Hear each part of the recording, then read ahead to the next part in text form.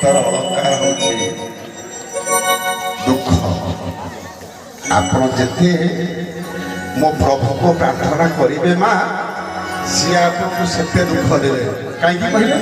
ସେ ଜାଣିଛି ଗୁଣ ଚିହ୍ନେ ଗୁଣିଆ, ସୁନା ଚିହ୍ନେ ବଣିଆ। ଯେତେବେଳେ ଆପଣ ଆଖିରୁ ଦୁଇଟୋପା ଲୁହ ଗଳେଇବେ, ଭଗବାନ କୁହନ୍ତି ମୋ ଭକ୍ତର ଅଳଙ୍କାର ହେଉଛି ମୋ ପାଇଁ କାନ୍ଦିବା।